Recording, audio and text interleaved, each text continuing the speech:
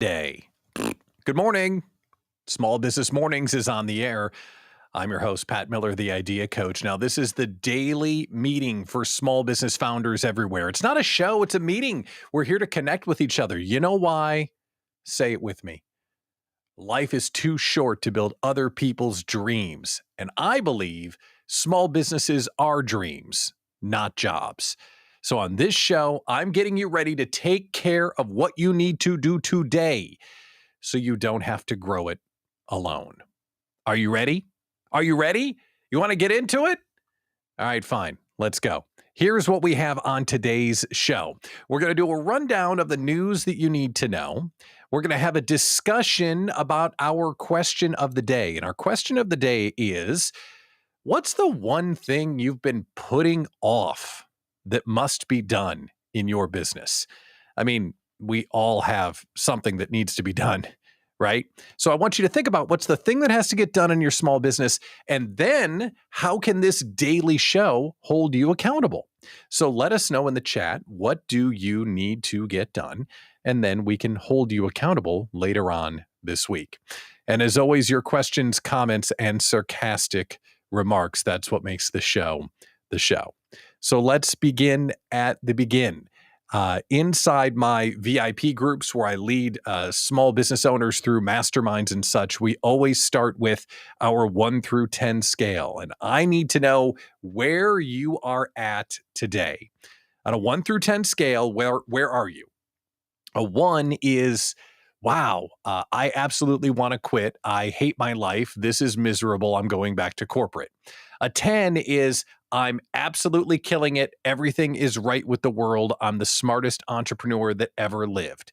Where are you on the 1 through 10 scale? Put it in the chat. Now, it's important because it makes us do like a systems check. Like, where am I today?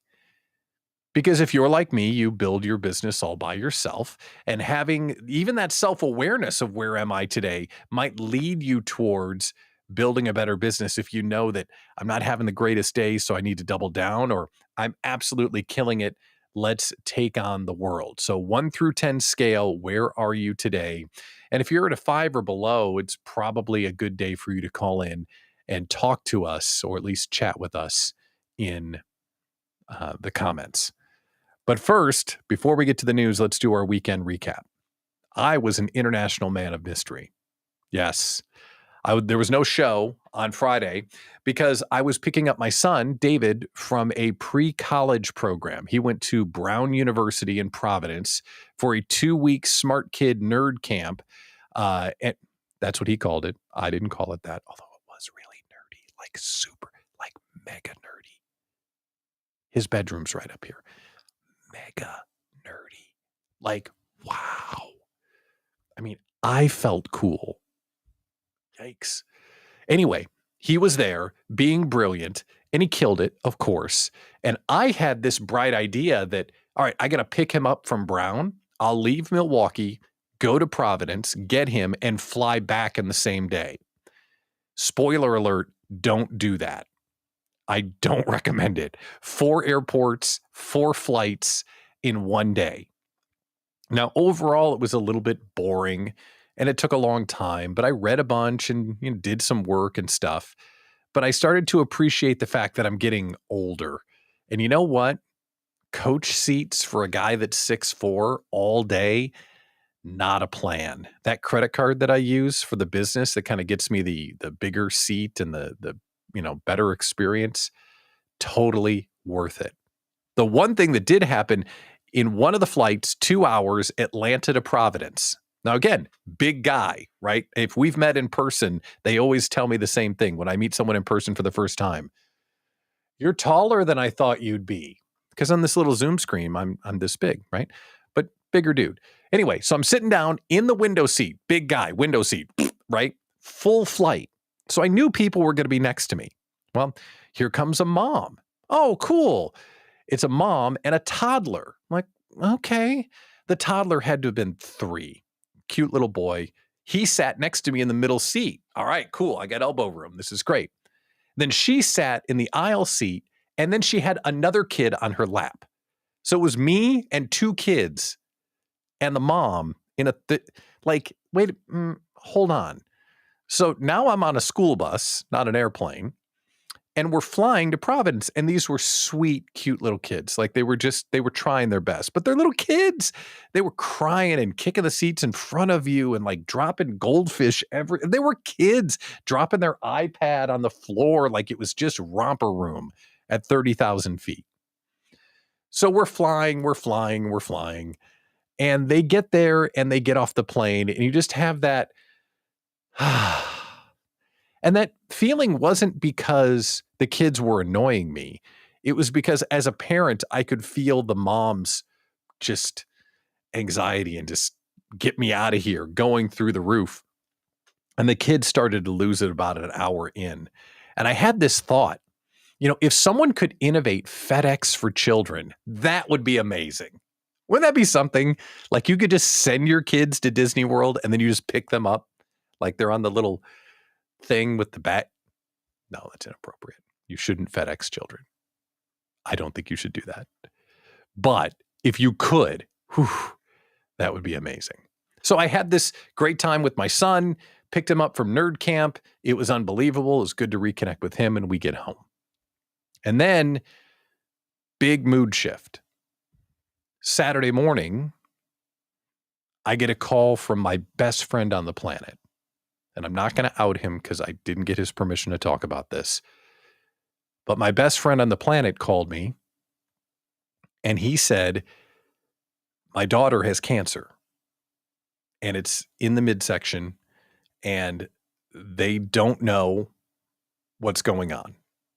But it's either liver or pancreas or a lymph node. They don't know what it is, but it's really not good. They've been in the hospital for over a week. They're managing her pain. It's just the saddest thing you've ever heard in your life. So again, I'm not going to out him, but I love you, bro. And I wish you and your family all the best. And you've got a extra prayer today from me. And if you've got a room to spare for my friend, I would appreciate it. And when you get those phone calls, after a day of flying around and, children and, airports and all that stuff. And then you come back here on Monday and you think, I got to write the proposal. I got to do the thing. Like we bitch and we moan about the most just insignificant stuff. And then you get a call like that from your very best friend that's watching his child in the hospital. It just reminds me of the urgency of what we're doing here and how important all of this stuff is and how we need to make a big difference, not only for ourselves and the dream we're trying to have come true, but to protect and take care of our children and our families.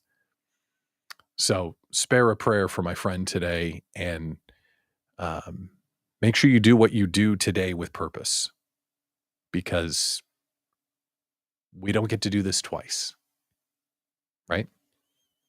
So pistoles to my friend, that's our little code word. And let's get on with the show. Okay, so in real news this weekend, here's what happened. Did you go do the weirdest pairing of movies in the history of ever? America decided to go to the movies this weekend. And Barbie and Oppenheimer were like the two biggest news stories over the weekend. So both of them killed it. Barbie did over $150 million this weekend. Oppenheimer did over $80 million this weekend. And they were cultural events. First of all, because Barbie was the greatest marketing deployment I think I've ever seen. It was everywhere. But secondly, both of those movies were at least somewhat familiar to everyone in the country. That's rare. There are very few things outside of the NFL that is familiar with everyone in the country because almost everybody had heard of Barbie and almost everyone had heard of the nuclear bomb. We had to go back 60 years to find something we had all heard of, but both movies at least had a thematic familiarity, there's a big word, in the United States. So it had a running start. And then I saw a scathing tweet storm from someone who talked about the other reason why those movies were so successful. And their point was, it wasn't a sequel and it wasn't a superhero movie. Maybe maybe Americans are saying we're kind of done with Marvel and DC, and we're kind of done with remakes. What if, wild thought, what if you make a movie that we kind of know what it is, but it's new to us? The other thing that I saw was that a lot of folks had said that Oppenheimer was the greatest movie they'd ever seen, or at least the greatest movie of the decade, which is 3 years old, but the greatest movie of the decade. And then I saw a lot of people celebrating the Barbie movie, but I didn't hear them say that the movie was good. I heard them say that, yay, they made it, and go girls, and all that kind of stuff, right? So awesome. But I didn't see a lot of people say the movie was good.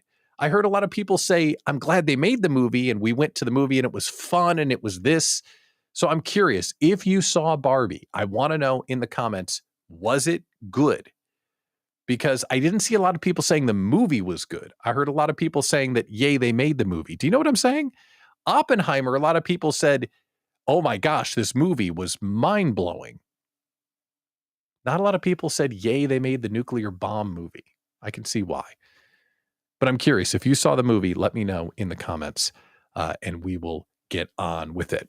The other thing that happened over the weekend, and this broke really overnight, that X marks the Twitter.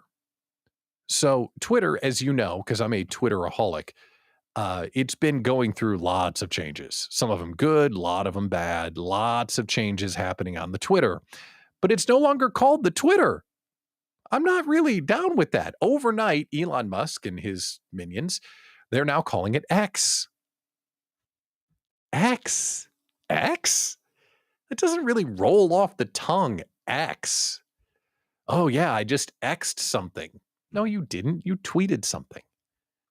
And the users are really confused because they don't know what to call their little messages that they send out. Do we still call it Twitter? Like, there's this hilarious conversation going on online where people are really stunned, like, what's going on? And one person weighed in, and I think this might be the take of the day. They weighed in and said, this might be the new Coke moment of this generation. Might be. I don't know about you. Maybe, again, because I'm old, I think I'm still going to call it Twitter. I mean, are you going to call it X? No, you're not going to. No one's going to call it X. I still call it the Sears Tower in Chicago, and don't try and change me. I'll fight you. It's still the Sears Tower. Don't even. So is this the new Coke moment?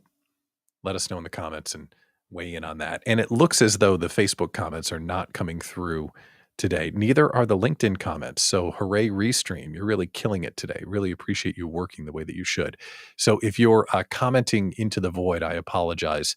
But it looks like the software is giving us a little bit of a problem. All right. One more thing that's happening this week. The NFL players are reporting, Bears. So tomorrow, all of the veterans are going to be back in training camp. Bears will be underway. So we'll have some football. Even though it's preseason for sickos like me, we can't wait. That's only a few weeks away, Bears. Can't wait for that. All right, let's get to our question of the day in just a second. But first, a reminder, if you have something you want to share, maybe you saw Barbie, maybe you saw Oppenheimer, maybe you want to comment on X versus Twitter, or you want to talk about how great the Chicago Bears are, you can join the show. You just click that QR code or click the link, one way or the other. Would love to hear what's on your mind this morning, but that floor is always available to you. And another thing about this, before we get to the question of the day, I did a LinkedIn poll over the weekend saying, hey, there needs to be a daily meeting for small business owners. I'm creating Small Business Mornings. What would you like to see on the show? And the number one thing people asked for was creativity.